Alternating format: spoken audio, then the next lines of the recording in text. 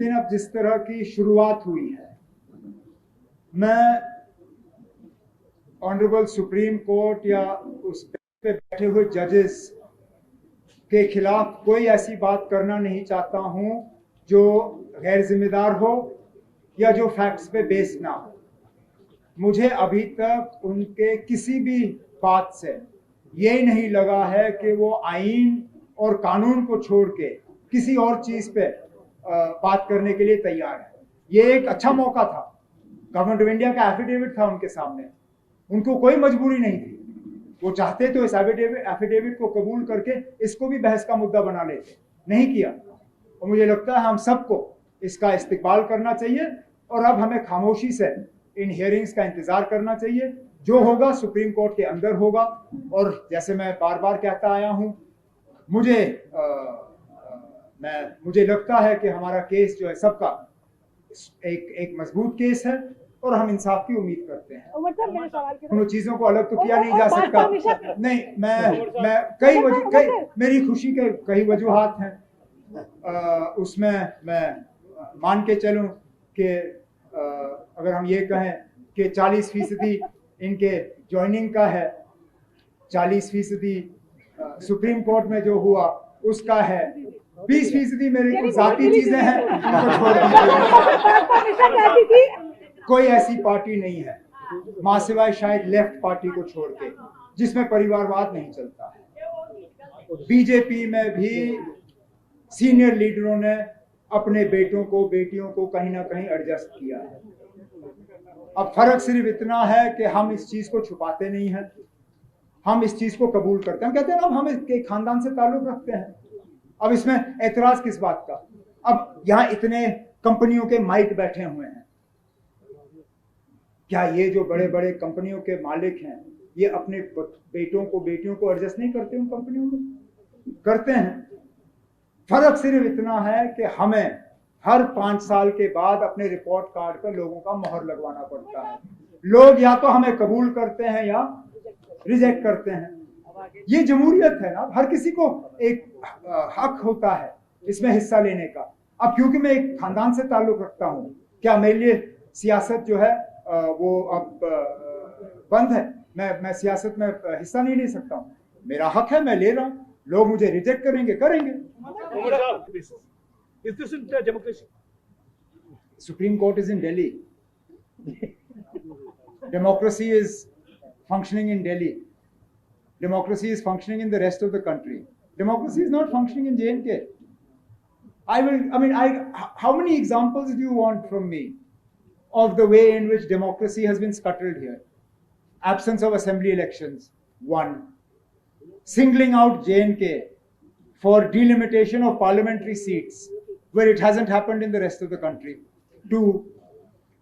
The way in which the DDC election results were actually rigged by withholding the election to the chairperson post so that they could influence DDC members to go against the mandate that they had actually got from the people. The way in which anti-defection laws are not applied to DDCs and BDCs. This is all a concerted effort to destroy democracy. And then when people sitting in high office start interfering in day-to-day politics, how is that democracy? Sir, गृह मंत्री अमित शाह का परिवार और मुफ्ती परिवार है, बड़ा इल्जाम लगाया था उन्होंने आप पर। ठीक है ना, 1 मिनट के लिए मानते हैं ना हम जिम्मेदार हैं। 2014 के बाद जो लोग मरे उसकी जिम्मेदारी किसको? जो पुलवामा में हुआ उसके लिए हम किसको कसूरवार ठहराएं? जो रजौरी में हुआ डीजी में, जो बुद्धल में हुआ उसके लिए कौन कसूरवार है? मैं। जो मेरा कसूर है वो मैं मानता हूं, मैं अपने जिम्मे लेता हूं। ठीक है जी, आप मुझे कसूरवार ठहराते हो, मैं कसूर कबूल करता हूं। जो लगातार पिछले 2-3 सालों में कश्मीरी पंडित और माइनॉरिटीज कश्मीर में टारगेट किए गए, उसका कसूरवार कौन? मैं हुकूमत में हूं नहीं, ना पीडीपी है ना कांग्रेस है।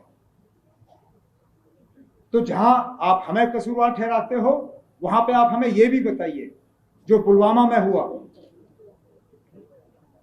कितने लोग मरे पुलवामा में? 40। उसके लिए कसूरवार कौन? उसी, आप बताइए, हमें और कोई नहीं। हम अपना कसूर जो है वो कबूल करते हैं। आप ये बताइए कि उन कत्लों के लिए कौन कसूरवार? एलजी साहब, DG, chief secretary, army commander, chief of army staff, कोई ना कोई तो कसूरवार है, क्योंकि हम हुकूमत में है नहीं।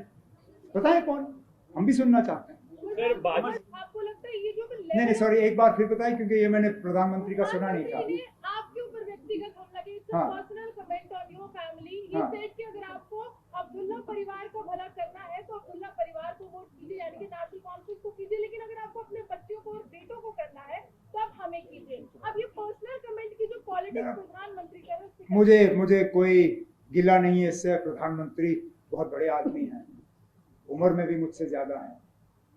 वो जो भी हमारे बारे में कहना पसंद करें, मुझे कोई एतराज नहीं, वो करें। और मैं उनकी बात में ये टिप्पणी नहीं करूंगा। सिर्फ इतना कहूंगा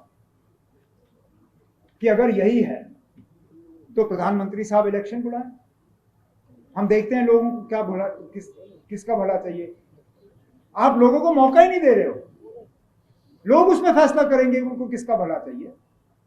इलेक्शन कराइए, नतीजा आपके सामने होगा। लोग नेशनल कॉन्फ्रेंस को पसंद करते हैं या नहीं करते हैं, लोगों को फैसला करने दीजिए।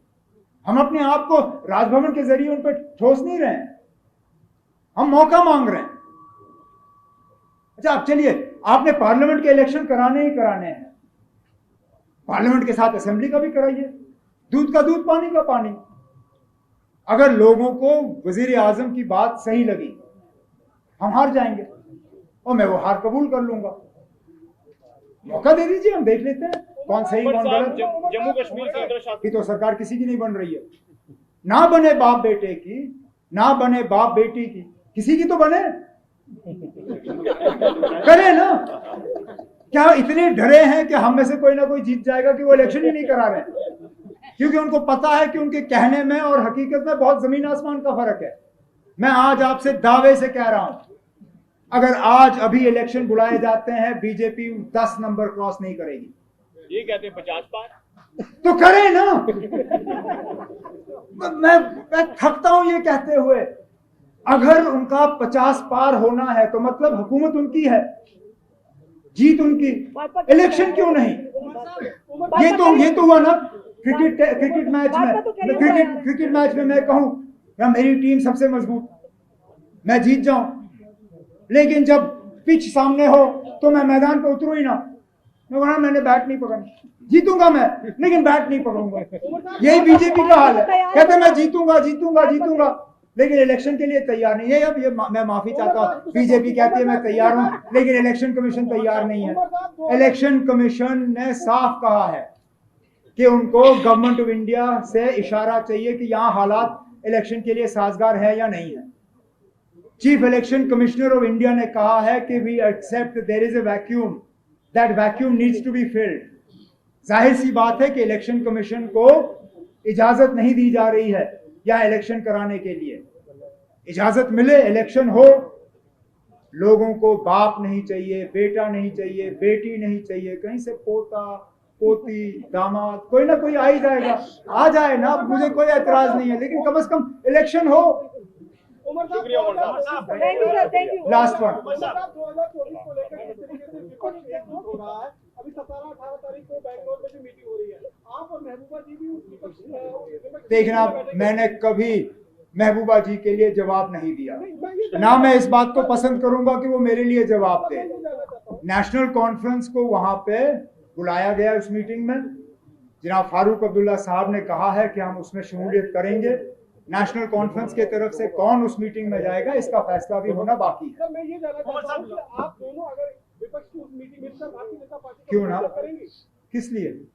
एक ही मीटिंग को अटेंड करने का ये मतलब नहीं है ना कि सारा कुछ जो है वो इसी तरह होगा। हम नेशनल लेवल पे बीजेपी का मुकाबला करने के लिए स्ट्रैटेजी बना रहे हैं। स्टेट लेवल पे उस स्ट्रैटेजी को किस तरह इंप्लीमेंट किया जाएगा वो अब हम पे छोड़ दीजिए, आगे देख लेंगे ना किस तरह का माहौल होगा, क्या करना होगा क्या नहीं करना होगा। लेकिन आप पहले से ही चाहते हो कि इलेक्शन का ब्यूगल बजा नहीं, और हम आपके सामने अपनी पूरी स्ट्रैटेजी खोल दें, ये कोई जर्नली का कोई मतलब ये दिखता नहीं है। हम अपने जो कार्ड जो है बिल्कुल अपने छाती से दबाए रखेंगे, जब खोलने होंगे हम खोल के आपके सामने रखेंगे।